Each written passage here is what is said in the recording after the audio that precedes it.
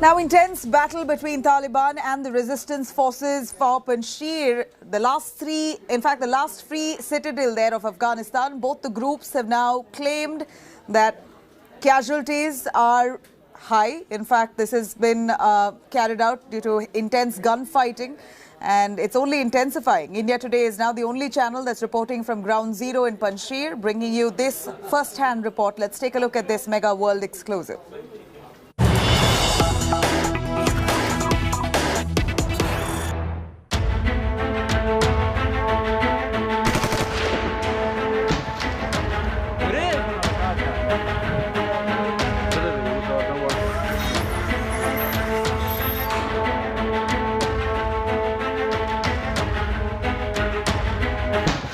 Battleground Panjshir.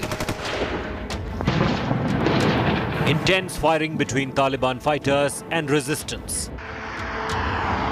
Taliban blocks all roads leading to Panjshir. Tanks, armored fighting vehicles and heavily armed Taliban fighters. Fighting between the Taliban and the resistance force led by Ahmad Massoud on the Gulbahar area. The entrance to Panjshir, Afghanistan.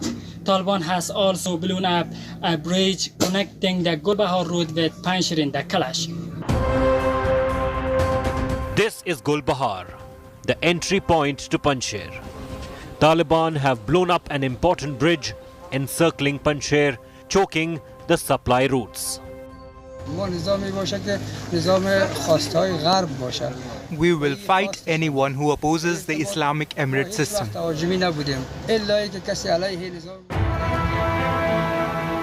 The resistance fighters are undeterred.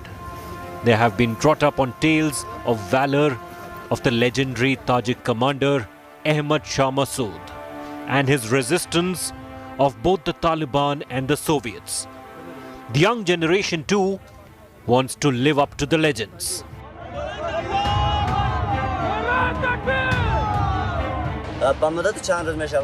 The war has started in Panjshir and the Taliban are being defeated, and we will fight till the last drop of blood in our body.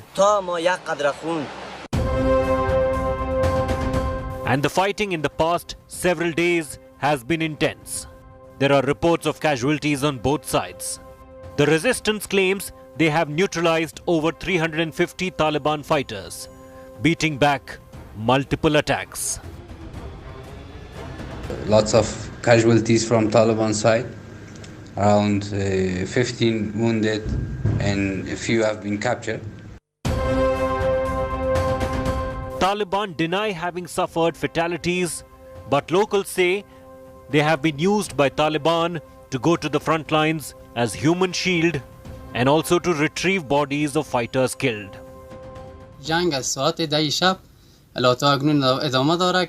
Taliban are forcing people out of their homes and are taking them to the war front. The resistance commanders have also confirmed that the Taliban is using locals around Panjshir as human shields to retrieve bodies, but claim they have held fire to ensure locals do not lose their lives. That they have entered the Shotul district of Panjshir province. This is absolutely lie. They have approached Shotul last night, but they have been pushed back and they have suffered lots of casualties. At least 40 of their dead were in the battlefield. The Taliban have sought reinforcements to take on the resistance fighters at Panjshir, and the siege is expected to go on much longer.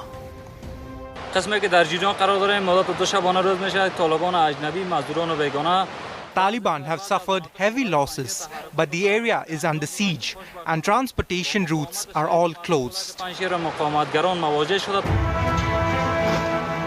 The fear is writ large on faces of people.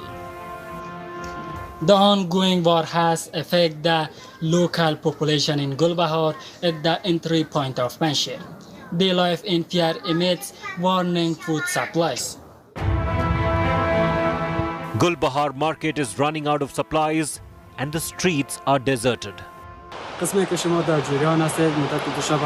Taliban attacks intense. People in Panjshir will face shortage of food and medicines. Roads should be reopened.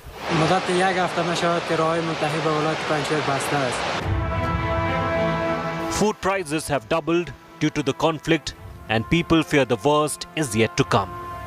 India Today and Ashtag, the only channels on ground to report from battlefield Panjshir.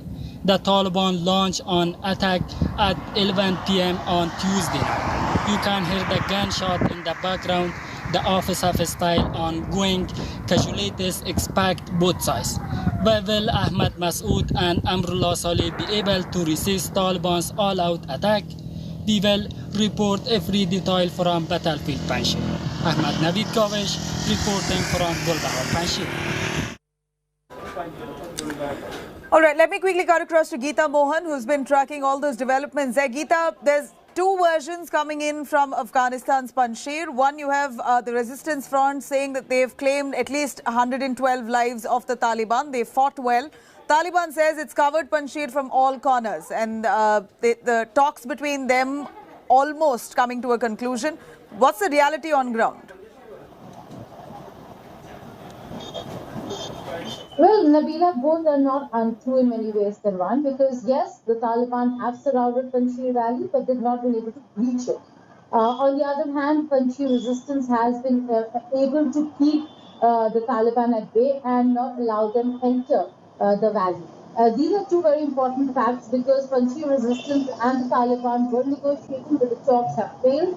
And so the announcement today, if at all there is one, on the government formation, might not have anyone from the resistance group, which means that in all probability the government, as they may continue claiming that it will be inclusive, might be primarily the top leadership of the Taliban and maybe some quarters from other walks of life. But we do not really have details on who the others are really going to be, although we do know that there are going to be the top leadership of the Taliban who are going to play a very important and key role in the cabinet of the new leadership, and Akhundzada in all probability will be leading that government. So the announcement likely today, and in terms of the clashes between the Taliban and the Panjshir resistance, that continues, and it doesn't seem like the Panjshir resistance is going to give up anytime soon. Geeta, thank you very much for joining us with those details. Now, we do know that in just hours to come, Afghanistan will be headed by a new government, of course, by the Taliban. Maybe in a few hours, right after the Friday prayers, an announcement will come about. In fact, India Today has learned that their supreme leader, Haibatullah Akhundzada, will be the head of the new Afghan government. Abdul Ghani Baradar might be picked as the president, and the regime may also have a prime minister.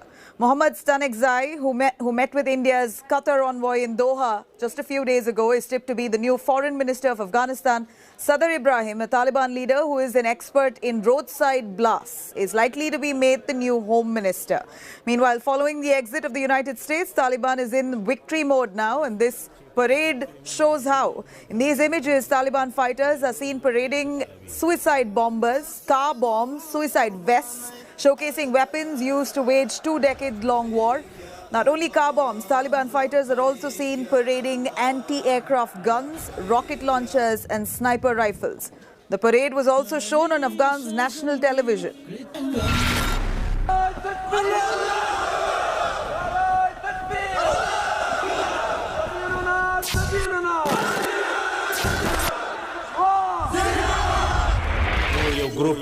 Taliban parades its suicide bombers. Taliban showcases car bombs. Taliban puts on display suicide vests. Taliban displays anti-aircraft guns and rockets.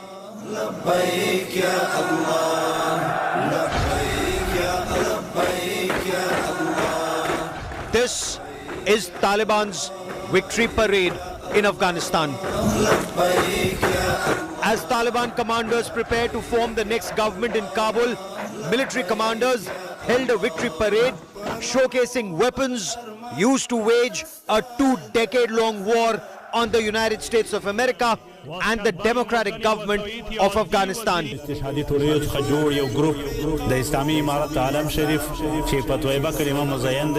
Listen to the commentary on Taliban's suicide bombers, or in Taliban's language, the martyrdom seekers, carrying the flag of the Islamic Emirate of Afghanistan.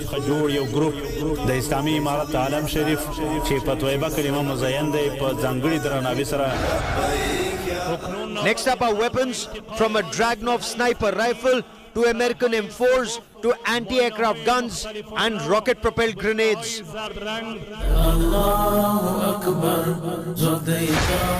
Taliban's show of strength in this victory parade at an undisclosed location in this undated video displays suicide vests worn by bombers, and of course the showstopper at Taliban's victory parade is this car bomb.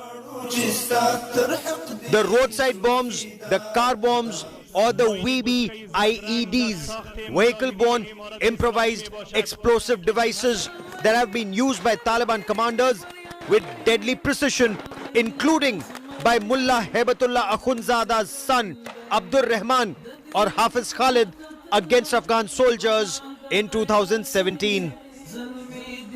Taliban claims Akhundzada is in Kandahar. Listen in to Taliban commanders talk about the road ahead.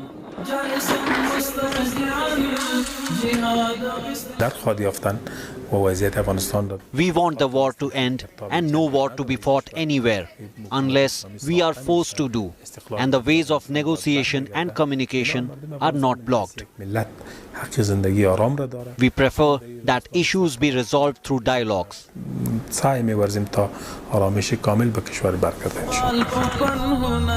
But this is the ground reality.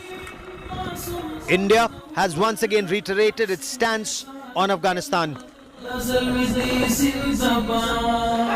of the primary immediate concerns is that Afghan soil should not be used for terrorist, anti-Indian activities or terrorism against India. But with these images being shown on Afghanistan's state television, the writing is on the wall. With Anil Kumar, Bureau Report, India Today.